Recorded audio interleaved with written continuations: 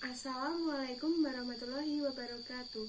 Perkenalkan, di sini saya Devi Cesaria Triastuti dari kelas S19C NIM S19125.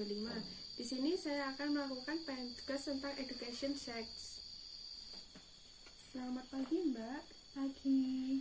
Perkenalkan, saya Devi dari Universitas Kusuma Husada. Iya. Di sini sebelumnya dengan siapa ya? Nama saya Cindy. Oh, baik. Mbak, di sini saya akan mengontrak waktunya Mbak 10 sampai 15 menit ya. Iya. Mbak, di sini dengan tujuan memberikan sex education adalah untuk mengajarkan mengenai organ kesehatan reproduksi, penyakit menular, seksual, dan HIV atau AIDS, kehamilan dan kontrasepsi yang dapat digunakan. Baik. Sebelumnya, apakah Mbak sudah siap? Sudah. Sebelumnya, apakah Mbak tahu tentang sex education? Belum tahu.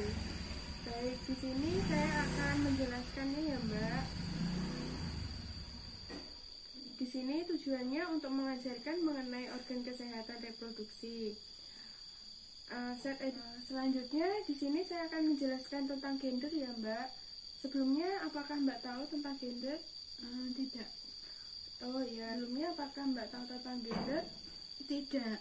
Baik, di sini gender adalah karakteristik pria dan wanita yang terbentuk di masyarakat. Selanjutnya tentang seks ya, Mbak.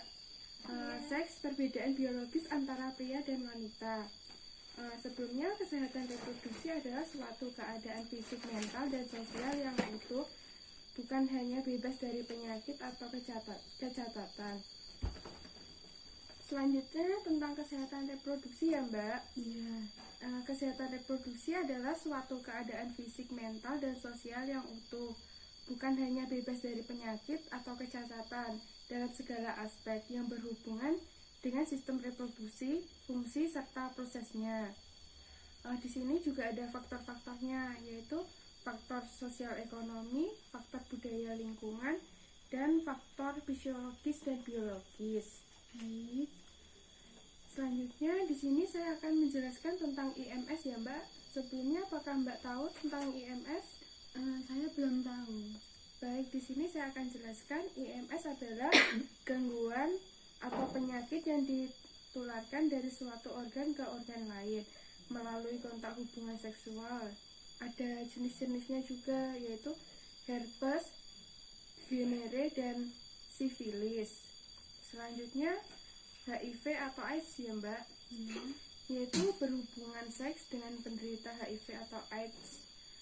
Transfusi darah yang HIV atau AIDS, yaitu berhubungan seks dengan penderita HIV atau AIDS.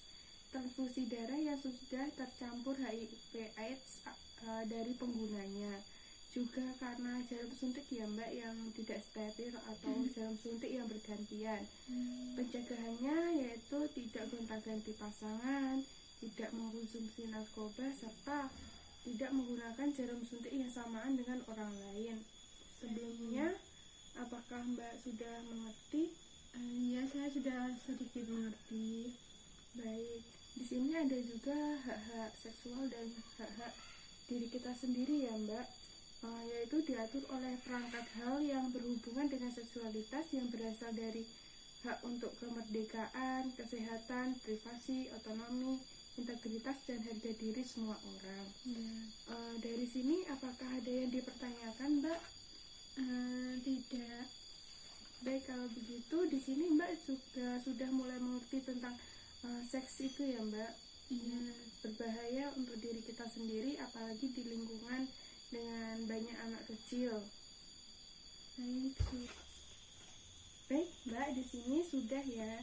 Jadi dari kesimpulan seksual ini yaitu suatu keadaan fisik, mental, dan sosial yang utuh, bukan hanya bebas dari penyakit atau kecacatan dalam segala aspek yang berhubungan dengan sistem reproduksi, fungsi, serta prosesnya ya, Mbak. Dan juga seks itu berbahaya untuk diri Mbak sendiri, jadi Mbak harus berhati-hati saat berhubungan. Jangan bergonta-ganti pasangan ya, Mbak. Baik.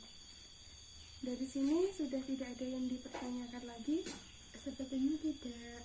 Baik, kalau begitu saya permisi ya Mbak. Terima kasih sudah meluangkan waktunya. Iya, sama-sama. Selamat pagi Mbak. Pagi. Baik, terima kasih. Di sini saya sudah membuat video tentang kesehatan seksual. Bila ada kesalahan atau kekurangan mohon dimaafkan. Wassalamualaikum warahmatullahi wabarakatuh.